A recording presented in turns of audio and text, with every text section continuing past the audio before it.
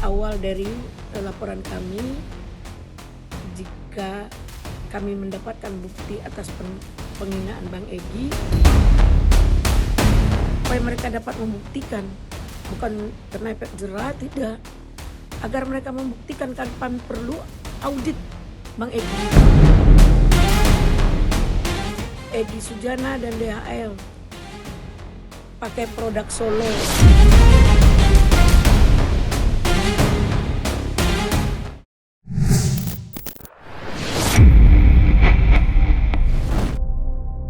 Tak lama setelah berdamai dengan mantan Presiden Joko Widodo, Egy Sujana dan Damai Haris Lubis akhirnya melaporkan Roy Suryo dan pengacaranya Ahmad Fozinuddin.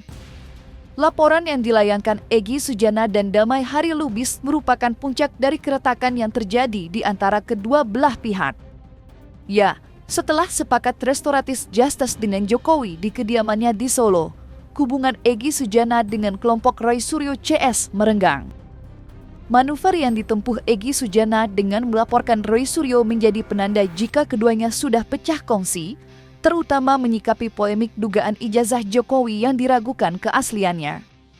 Laporan Egy Sujana dan Damai Lubis terhadap Roy Suryo di Polda Metro Jaya disampaikan langsung oleh kuasa hukumnya, Elida Neti.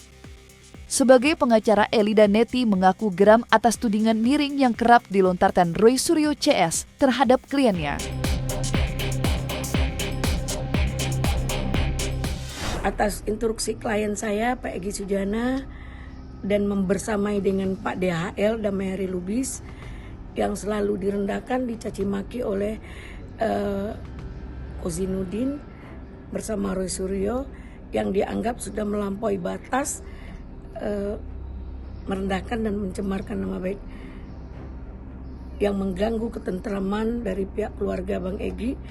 Maka Bang Egy langsung datang ke Polda bersama Damai Haris Lubis untuk membuat LP. Damai Haris Lubis melaporkan Fozinuddin, kalau Bang Egy melaporkan Fozinuddin dan Roy Suryo. 433 kuhap baru dan 434 kuhap baru, fitnah dan pencemaran nama baik. Demikian juga Roy Suryo. Kita kompak, biarkan dua jin hilang, dua tuyul sudah hilang. Tuyul sudah menemui jin Ifrit, terus ditertawakan. Dahsyat kan? Emang Bang Egy tuyul?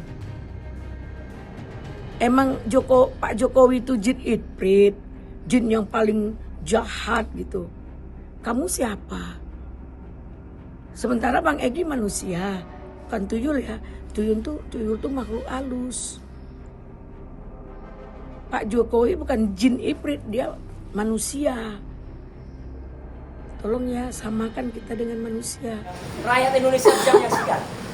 Hanya kehilangan dua tuyul itu di tangan. Ada gitu, ya kan? Katanya itu adalah surat At-Toha, ya, menyamakan dengan Nabi Musa dan Nabi Harun. Menghadapnya Fir'aun. Lebih baik kita gunakan dua tuyul menghadap jin Ifrit. Ya, itu yang terjadi. Ya, jadi itu kan itu. Jadi artinya kita tetap kompak, dan makanya kita akan melihat bahwa mereka akan kebingungan. Ya, ini sudah ditersangkakan kok makin galak aja. Tapi betul, kita akan tetap tegas dan bahkan kita semakin yakin bahwa ijazah itu adalah 99,9% palsu. Mungkin ini awal dari laporan kami jika kami mendapatkan bukti atas penghinaan Bang Egy yang tidak pantas mereka ujat ke Bang Egy. Kita nggak tahu salahnya Bang Egy di mana. Kan Bang Egy tidak meninggalkan mereka. Mereka yang meninggalkan Bang Egy. Kalau mereka ingin bersama Bang Egy, ikuti Bang Egy seperti apa. Bang Egy tidak akan merugikan kalian. Tidak akan mempermalukan kalian. Selama ini understanding, ayo. Jadi jangan. Kalau kalian berurusan dengan ijazah, ijazah saja. Jangan hina-hina orang. kemarin terjadinya restorasi justice Egy Sujana dan Damai Hairil Lubis dilakukan di Solo dengan dihadiri petinggi-petinggi Polri. Oleh karena itu, Jokowi selalu bertanya, ada orang besar di belakang TPUA. Saya kasih tahu Pak Jokowi, orang besar itu memang ada. Allah Subhanahu wa Ta'ala, dan satu lagi orang besar itu ada di TPUA. Namanya Egy Sujana. Jadi silakan Pak Jokowi bertanya oleh Egy Sujana. Karena proses ini Egy Sujana yang melakukan bertahun-tahun. Bukan orang lain, bukan partai-partai lain, bukan Pak SBY atau bukan PDIP, Egy Sujana. Ini saya ngomong jujur. Karena saya di situ. Satu hal lagi, kami kemari TPUA, Rustam, saya, Bang Rizal Fadila, Ibu Kurnia, untuk menguatkan antara kami dengan RRT. Karena apa? Sesuai tadi yang ditunjukkan oleh Mas Rosuryo, bahwasanya mereka bertiga diminta untuk menjadi saksi, tapi terperangkap dalam situasi politik hari ini. Di sini kami menyatakan kami bertanggung jawab TPUA kepada mereka. Oleh karena itu, kami akan tetap bersama RRT untuk membuktikan bahwasanya ijazah Jokowi memang benar-benar palsu. Karena apa? Ada pembuatnya. Eli Danetti yang sebagai kuasa hukum Egy Sujana menyebut jika laporannya terhadap Roy Suryo merupakan balasan atas tindakan mereka yang terus menghinanya. Bagi Eli, putusannya berdamai dengan Jokowi merupakan pilihan rasional yang harus dihormati, bukan dihina dan dicaci. Berangkat dari kemarahan itulah Egy Sujana menempuh jalur hukum dengan melaporkan Roy Suryo bersama pengacaranya atas hinaan dan tuduhan mereka yang baginya sangat menyakitkan.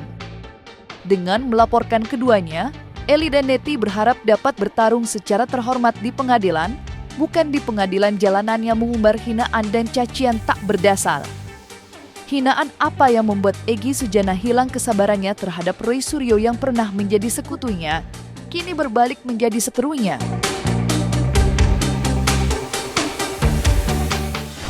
Jadi ini klien saya 3 orang yang di BAP, yang 2 sudah menjadi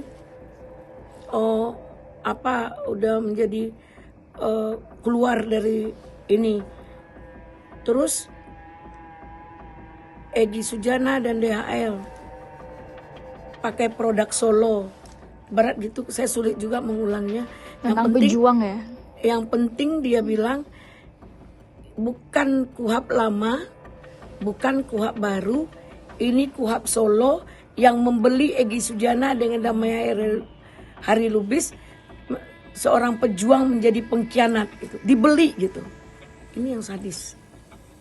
Jadi Damai Hairil Lubis pakai produk Solo, dibeli oleh Solo, pejuang menjadi pengkhianat. Berapa dibeli? Di mana dibeli? Siapa yang beli? Tolong jelaskan.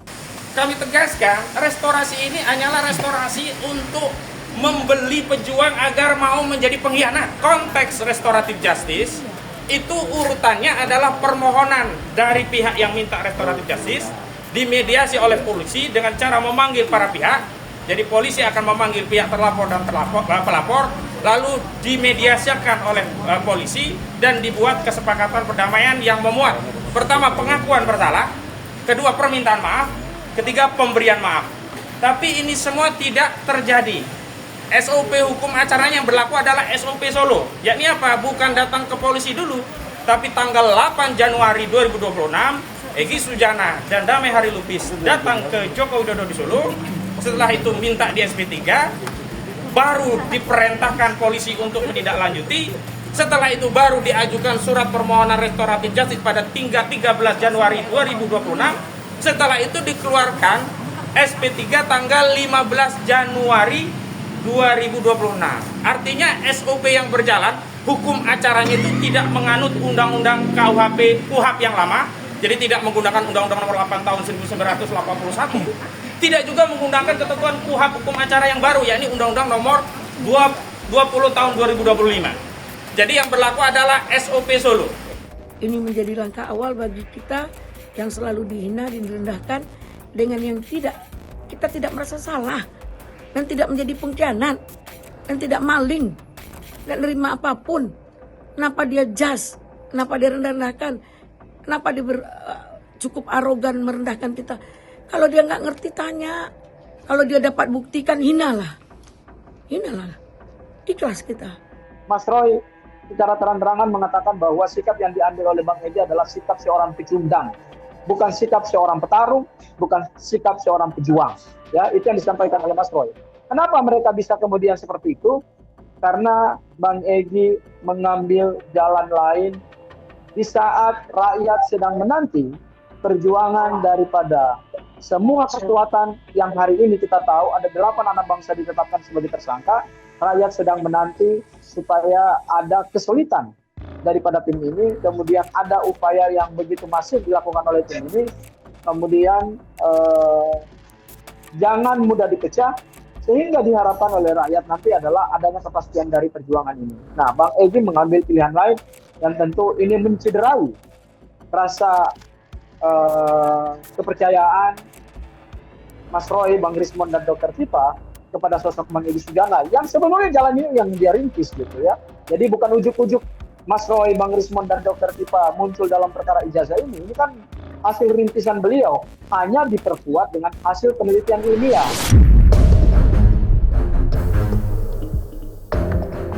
Keputusan Egy Sujana dan Damai Harilubis yang bersepakat menempuh perdamaian dengan Jokowi melalui restoratif justice tidak hanya menuai polemik, tetapi juga isu liar di tengah publik. Bagaimana tidak, berembus kabar jika Egy Sujana menerima aliran proyek senilai 1 miliar agar mau meminta maaf pada Jokowi atas kasus dugaan ijazah palsu.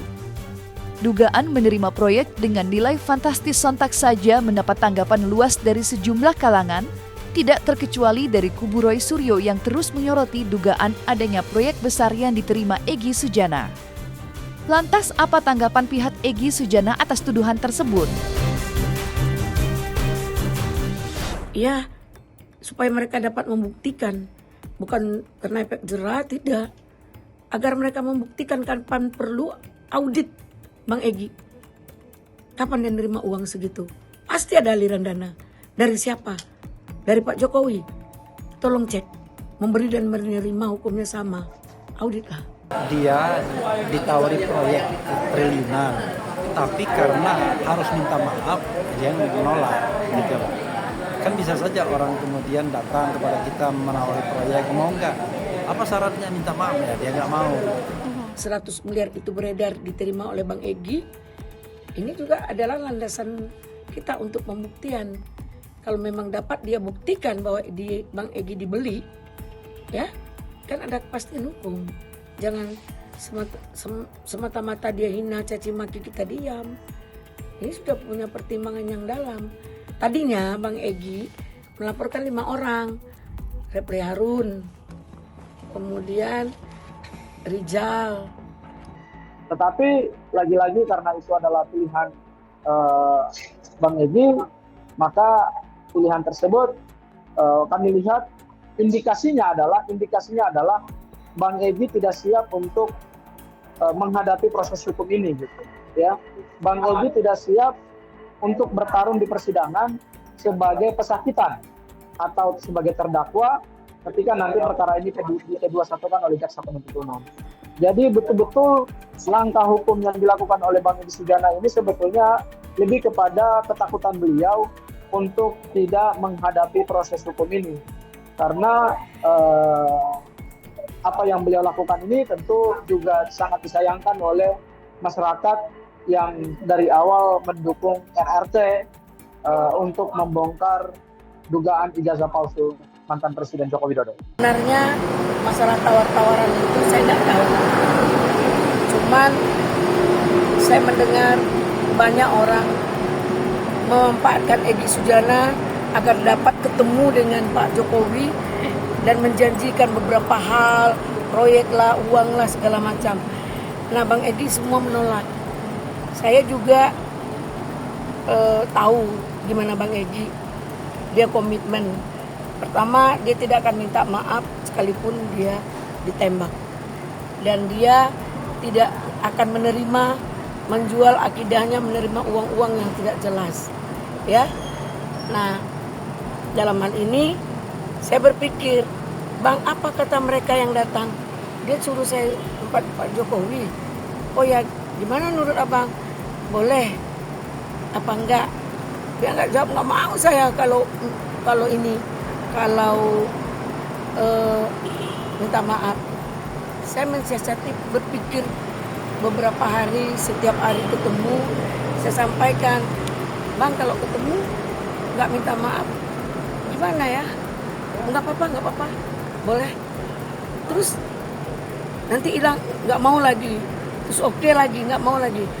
Nah, saya melihat semenjak masalah melihat ijazah yang digelar perkara itu digoreng-goreng, direndahkan, bahkan dihina.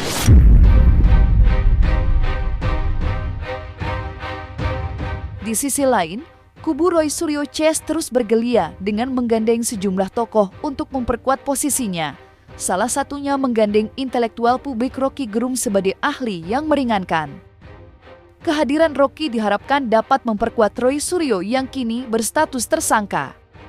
Namun yang cukup mengejutkan, di tengah proses pemeriksaannya, berkas perkara Roy Suryo CS disebut-sebut sudah dilimpahkan ke Kejaksaan Tinggi. Lantas apa kata kedua belah pihak menanggapi hal tersebut?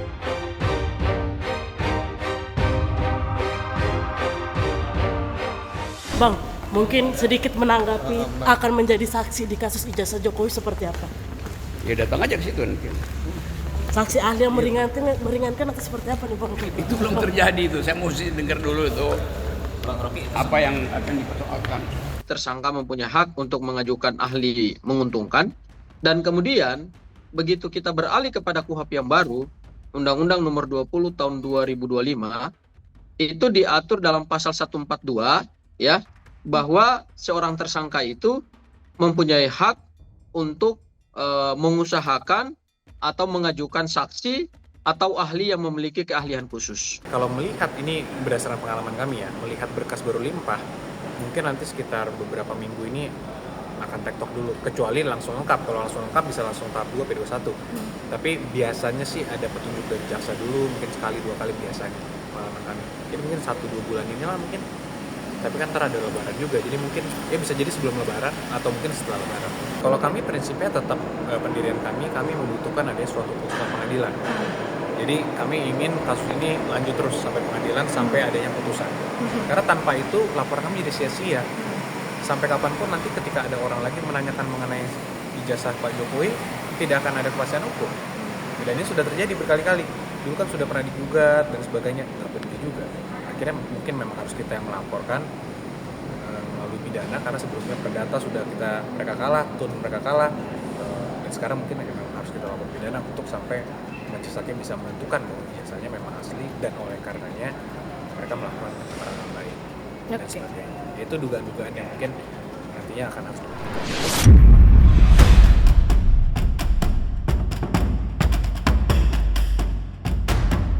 Nah, selesai sudah Cumi Lovers. Saksikan terus Cumi Cam Indep, kabar lengkap, mendalam, dan akurat dari narasumber terpercaya. Dan jangan lupa untuk like, subscribe, dan juga share channel YouTube Cumi Cumi.